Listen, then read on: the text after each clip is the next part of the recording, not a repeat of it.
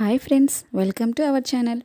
ఈరోజు banana puffs ఎలా తయారు చేయాలో చూద్దాం. ఇవి పిల్లలు పెద్దలు కూడా ఎంతో ఇష్టంగా తింటారు. ఈవినింగ్ టైంలో స్నాక్స్లా కానీ మార్నింగ్ బ్రేక్ఫాస్ట్లా కూడా రెడీ చేసుకొని తినొచ్చు. ముందుగా దీని కొరకు 1 కప్పు ఆటా తీసుకున్నాను.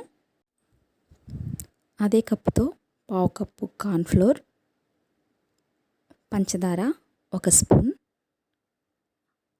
1 స్పూన్ ఆయిల్ బాగా మిక్స్ చేసిన తర్వాత కొద్దిగా వాటర్ పోసుకొని ముద్దలా కలుపుకోవాలి. ఇలా సాఫ్ట్ ముద్దలా కలిపి పెట్టుకున్న దీనిని ఒక 10 నిమిషాల పాటు మూత పెట్టి వదిలేయాలి. 10 నిమిషాల తర్వాత మనకు ఇంకొద్దిగా సాఫ్ట్గా ఈ డవ్ తయారవుతుంది. మనం వేసుకున్న పంచదార కూడా కొద్దిగా మెల్ట్ అయ్యి ఇంకొంచెం సాఫ్ట్గా పిండి రెడీ అవుతుంది.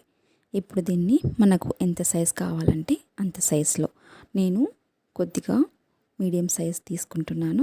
చిన్న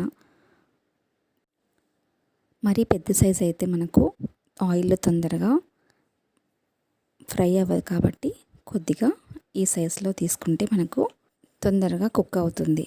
ఇలా తీసుకున్న ఈ సైజ్ ఉండని చపాతీ కర్రతో కొద్దిగా అదుముకోవాలి.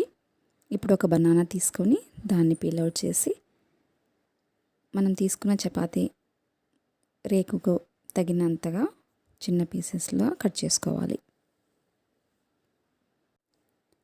ఇలా బనానా అంతా కూడా చిన్న పీసెస్లా కట్ చేసి పెట్టుకోవాలి.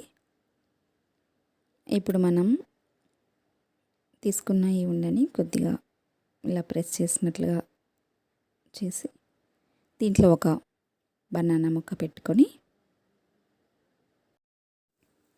ఇప్పుడు మనం కట్ చేసిన బనానా పీస్ని ఒక కార్నర్లో పెట్టుకొని ఇలా రోల్ చేస్తూ 2 కార్నర్స్ కొద్దిగా అదుముకొని ఈ షేప్లో నేను రెడీ చేశాను. మనకు కావాల్సిన షేప్లో మనం రెడీ చేసుకోవచ్చు. నేను చాక్లెట్ షేప్లో రెడీ చేసి పెట్టాను. ఇప్పుడు స్టవ్ పైన ఆయిల్ వేడి చేసి ఆయిల్లో ఫ్రై చేసుకోవడమే అండి. ఇలా ఒక సైడ్ మనకు ఫ్రై అయిన తర్వాత టర్న్ చేసుకొని 2 సైడ్స్ కూడా మనకి గోల్డెన్ బ్రౌన్ కలర్లో వచ్చే వరకు బాగా ఫ్రై చేసుకోవాలి. ఇవి ఎంతో సాఫ్ట్గా క్రిస్పీగా చాలా టేస్టీగా ఉంటాయి. ఫ్రెండ్స్, మీకు కూడా నచ్చినట్లయితే తప్పకుండా ట్రై చేయండి. పిల్లలు పెద్దలు కూడా ఎంతో ఇష్టంగా తింటారు. ఈ విధంగా ఈ కలర్ వచ్చే వరకు ఫ్రై చేసుకొని తీసేసుకోవాలి.